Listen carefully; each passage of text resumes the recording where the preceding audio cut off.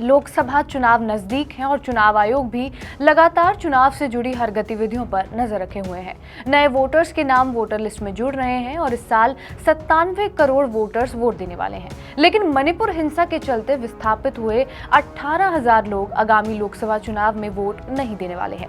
ऐसा क्यों है कि 18,000 लोग वोट नहीं देने वाले हैं और इस पूरे मामले की सुनवाई पर सुप्रीम कोर्ट ने क्या फैसला लिया है, ये सब बताएंगे हम आपको इस वीडियो में। नमस्कार, मेरा नाम है रिया शर्मा और आप देख रहे हैं TV9 डिजिटल। दरअसल मणिपुर मई 2023 में हिंसा की चपेट में आया था और 3 मई को ही पहली बार राज्य में जातीय हिंसा भड़कने के बाद से 160 से ज्यादा लोग मारे गए थे और सैकड़ों लोग घायल हुए थे। जब पहाड़ी जिलों में आदिवासी एकजुटता मार्च का आयोजन किया गया था तब भी पूरा घटनाक्रम हुआ था। हालांकि अब हिंसा की घटनाओं की संख्या में थोड़ी बहुत कमी हो रही है, लेकिन कई लोग अभी भी अपने घरों से दूर राहत शिविरों में ही ठहरे हुए हैं। अब ऐसे में ये लोग चुनाव में मतदान दे, इसके लिए सुप्रीम कोर्ट में याचिका दायर की गई थी। याचिका नौलक हमसुअंथंग नाम के एक शख्स की ओर से दायर की गई थी और इस मामले की सुनवाई DY चंद्रचूड़ की अगुवाई वाली बेंच में, जिसमें जस्टिस JB पारदीवाला और जस्टिस मनोज मिश्रा शामिल थे, उन्होंने की। दरअसल मणिपुर की 2 लोकसभा सीटों के लिए वोटिंग 2 चरणों में 19 और 26 अप्रैल को होनी है और इसी को लेकर याचिका में ये मांग की गई थी कि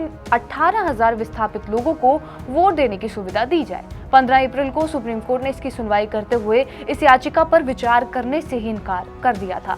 चीफ जस्टिस DY चंद्रचूड़ और जस्टिस JB पारदीवाला और मनोज मिश्रा की पीठ ने कहा कि इस अदालत का इस समय पर दखल देना सही नहीं होगा। मणिपुर के लिए लोकसभा के आगामी आम चुनावों में ऐसा करना आगे के लिए भी दिक्कतें पैदा कर सकता है। न्यायमूर्तियों का कहना है कि आप आखिरी समय पर आए हैं और ऐसे में इस मामले में हम क्या ही कर सकते हैं, हम इस स्तर पर दखल नहीं कर सकते हैं। वहीं याचिकाकर्ताओं की ओर से पेश वकील ने कहा कि 18,000 लोग आंतरिक रूप से विस्थापित हैं और वो मणिपुर के चुनाव में वोट देना चाहते हैं। इस पर बेंच का कहना है कि मणिपुर में आम चुनाव से 3 दिन पहले चुनाव आयोग को शिलोंग, कोलकाता, गुवाहाटी, हैदराबाद, दिल्ली NCR, बेंगलुरु और कोहिमा के आसपास के इलाकों में रह रहे इन लोगों के लिए कोई व्यवस्था करने का निर्देश व्यवहारिक नहीं होगा। इसके साथ साथ ECI यानी चुनाव आयोग ने 29 फरवरी 2024 को मणिपुर के अंदर ट्रांजिटरी कैंप में IDP के वोट देने के लिए एक योजना जारी की थी। यहाँ IDP का मतलब यानी कि इंटरनली डिस्प्लेस्ड पीपल, यानी कि आंतरिक रूप से विस्थापित लोग। लेकिन मणिपुर के बाहर इन विस्थापित लोगों के लिए विशेष रूप से दिशा निर्देश मांगने वाली याचिका बहुत देर से दायर हुई। इसी वजह से सुप्रीम कोर्ट ने फैसला लिया कि इस पर हम कुछ नहीं कर सकते हैं। इस पर याचिकाकर्ता का एक और तर्क ये भी है कि उन्हें भी Jammu and Kashmir representation of peoples act 1957 के जैसे प्रावधान दिए जाए। दरअसल जम्मू और कश्मीर के प्रवासियों के लिए वोट देने के लिए अस्थायी शिविरों में वोट देने की व्यवस्था की गई थी, ताकि अगर वो अपने निर्वाचन क्षेत्र से विस्थापित हो भी जाते हैं तो वो वोट दे सकते हैं।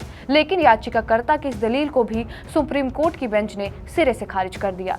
उन्होंने कहा कि जब राज्यों का पुनर्गठन किया गया था तब विस्थापित लोगों के लिए जम्मू कश्मीर के लिए वोट देने का प्रावधान चुनाव आयोग ने लागू किया था, लेकिन जब मणिपुर में चुनाव की बात की जाए तो ऐसी कोई भी स्थिति उन्हें नजर नहीं आ रही है। यानी कुल मिलाकर देखा जाए तो ये 18,000 विस्थापित लोग इस बार के लोकसभा चुनावों में वोट नहीं दे पाएंगे और उनकी याचिका सिरे से खारिज हो चुकी है। बहरहाल आपका इस वीडियो पर क्या कुछ कहना है हमें कमेंट बॉक्स में जरूर बताएं। बाकी देश और दुनिया और चुनाव से जुड़ी बाकी सारी खबरों के लिए बने रहे हमारे साथ TV9 डिजिटल पर।